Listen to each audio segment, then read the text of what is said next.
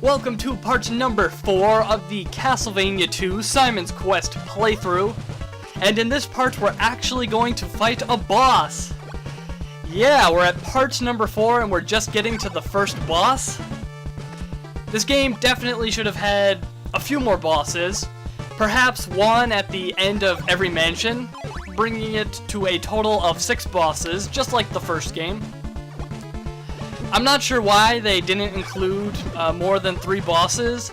Maybe they didn't have enough development time, or yeah, they had to rush out the game, or maybe they thought that the bosses were too hard in the first game, so they decided to give us less bosses and make them a lot easier. I'm not sure what their thought process was, but as it stands right now, there's only 3 bosses in the game, and they're all really easy. But I'll talk about that when we get to the bosses. If you haven't noticed already, the enemies in this mansion are starting to look very familiar. They're just like the enemies in the first and second mansion, except they're just recolored. They're different colors than the first and second mansions. In this mansion, they're purple, and I think they were brown and green in the first 2 mansions. So they could have designed a few more enemies. It would have helped out a little bit. This leads me to believe that they didn't have too much time to develop this game, and they just had to recolor enemies, or they were just being lazy. I'm not sure what exactly happened, but my guess is that they didn't have enough time to develop this, so they just recolored enemies, and yeah, I don't know. I don't really mind it, but I would have preferred if there were a bunch more enemies. A bunch more different enemies. Because in the first game, there was a variety of enemies. You know, every stage had new and interesting enemies, and they all looked better. Because in this game, all the enemies are just primarily one color. But in the original Castlevania, they were very colorful and expressive, which is why I prefer the graphics of the original Castlevania to this one. But I don't mind it too much. The graphics aren't that bad. They're just not as good as the first one. They could have been a bit more colorful. Everything is a little too dark for me. It's all brownish, you know, brown and gray. Those are the colors you see a lot. I don't mind it so much, but I wish it was a bit more colorful. Here we are at our very first boss of the game, and it is the Grim Reaper. And unlike the original Castlevania, the Grim Reaper is really easy in this game. All you have to do is continuously whip him, and he will barely be able to move. And I died, and that's pretty embarrassing.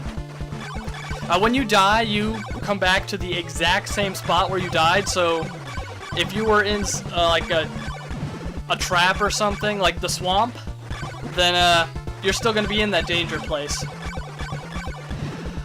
Anyways, just continuously whip him. You shouldn't have a problem defeating him. You may get hit once, like I did when I died, but you should be fine. When you kill him, you are rewarded with the Golden Knife, which by far is the best sub-weapon in the game. It's extremely powerful, and it does multiple hits. It is really good. The only downside is that it costs 3 hearts. I believe it's 3 hearts, so you make sure that you have plenty of hearts to spare if you're going to use it. There we got Dracula's eyeball. And Dracula's eyeball allows you to see these hidden books inside the walls of the mansions, which give you clues, but they're not really clues. They're just random words that don't help you at all. So you really never need to equip Dracula's eyeball. If you noticed when we passed the boss room again, the Grim Reaper actually respawned. Yeah, he came back to life. We just exited the room and re-entered the room, and he came back? I don't know why, that doesn't make much sense. You know, in most games, when you defeat a boss, they're gone. For a while, at least, but not here. No, you just have to leave the room and come back, and he'll be right there. It's just like a regular enemy. it might as well just be a regular enemy because it's not that much harder than a regular enemy, and there's no music change. There's a boss room, but it's just like any other room. Yeah, the bosses are really weak. Kind of disappointing because Castlevania games, they're known for their difficulty. And the difficulty of Castlevania 2 really isn't in the combat, but more in the cryptic puzzles and figuring out where you're supposed to go, what you're supposed to do. Which, I don't really like that aspect of the game. One of the reasons I really like the Castlevania series is that they're really difficult. For the most part, the games are quite challenging your first time through, and I always like games that give you a fair challenge, nothing too impossible or unfair, but something that's a genuine fair challenge. Which I feel that most Castlevania games will give you a fair challenge. Some people may argue and say that the original trilogy, especially Castlevania 1 and 3, have some unfair moments, and I sort of agree with them, but I don't think they're that hard. A lot of people say the original Castlevania trilogy, they're some of the hardest games ever made. I really don't think that's true, but they're certainly not easy. And if you're a new person to the series, you may have a lot of difficulty with the original Castlevania games, because they're not easy, but I don't think they're that hard. Try them out if you have some spare time. When we were exiting this mansion, I bought a replacement oak stake, and that allows you to take a massive shortcut in the 4th mansion. So on your way out from this mansion, make sure you buy a replacement oak stake, because it will save you a lot of time in the 4th mansion.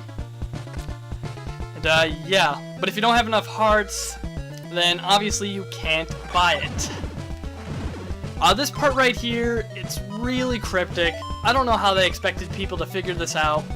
You have to take the ferry once again, but you have to go back to the original location and then come back, and then the ferry will bring you to a different place, which really doesn't make much sense, and I don't know, this moment is kinda why does it bring you to a different place? That doesn't make much sense. Regardless, make sure you do that.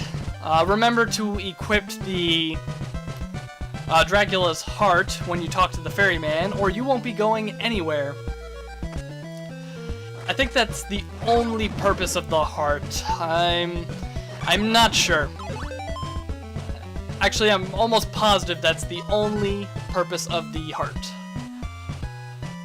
One of the annoying things in this game is when you get to a town and it's nighttime, and you have to wait for daytime because none of the shops are open and you can't get in the church to heal yourself. So really, the only thing you can do at times like this is just kill zombies and wait for daytime, which can get a little tedious sometimes because I don't know, it just feels like nighttime is incredibly long, much longer than the daytime. So you'll spend a lot of your time just waiting for daytime, sitting in the towns, and there I just cut to daytime because I didn't want to make you guys watch like 7 minutes of me killing zombies, walking back and forth. I mean, if you guys really want to watch that, then I'll post it as a bonus video, but I don't think anybody really wants to see it. It's the same thing over and over again for 7 minutes. Head down into the basement of this house and you will find, I think this is where we get the next whip upgrade if I am not mistaken. Will you buy some garlic? No, I went into the wrong house. If you're low on garlic, I'm not sure why you would be low on garlic, but if you are, head into that house right there, go into the basement, and there will be a garlic vendor waiting for you. I think I mentioned this earlier, but you only need 2 pieces of garlic for the entire game, so as long as you don't waste any pieces on any unnecessary things, you won't have to buy any additional garlic, which is nice. I talked to some townspeople in this village, and they tell me some useless things. Whenever I talk to someone, make sure you read it. I won't be able to point out every one because I'll be talking about something else, but just read it. They say some funny things, especially in some of the final towns of the game. A lot of them like to say that there's clues to Dracula's riddle scattered across all the mansions, but they're not really clues. I'm assuming they're just talking about the books that are found within the walls, but those aren't really clues, to be honest. They don't tell you anything useful.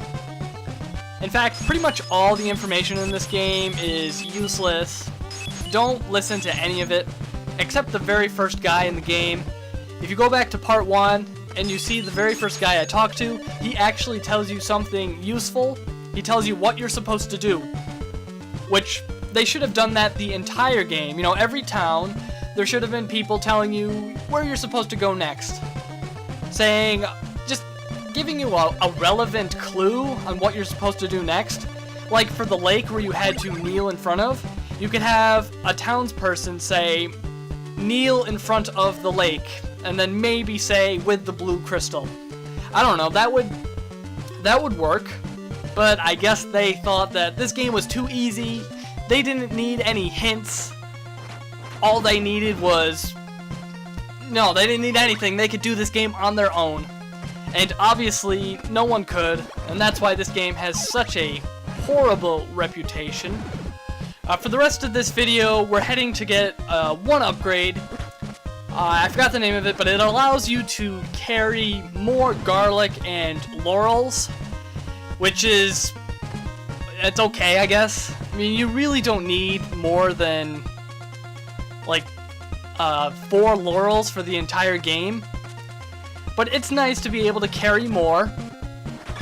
But you get it so late in the game, because at this point we're more than halfway through the game, so having this upgrade right now doesn't really benefit us that much. This upgrade should have came a little bit sooner. But regardless, it's still a neat upgrade, and it's not really mandatory, and if you don't really want to get it, then don't, because you don't really need it. This area is especially difficult if it's nighttime, because the enemies are a lot stronger, and they're really a pain in this area, so if it's nighttime, I would not recommend coming to get this item. And it is the silk bag. Before you could carry 4 pieces of garlic and laurels. Now you can carry 8, which is nice, I guess. But if you don't want to get it, then don't get it. And those blobs, they're really... I don't know the word to describe them, but they just hop around, and they always seem to hit you, no matter how hard you try to kill them or avoid them. They hit you every time, so... During the daytime, they're not too bad because they go away in 1 hit, but at night they take 2 to 3 hits, and that's really a pain. And they'll hit you multiple times, and they're my least favorite enemy in the game by far. Yeah, they're definitely my least favorite enemy in the game. But nothing is as bad as those Medusa heads. Anyways, I'll see you in part number 5.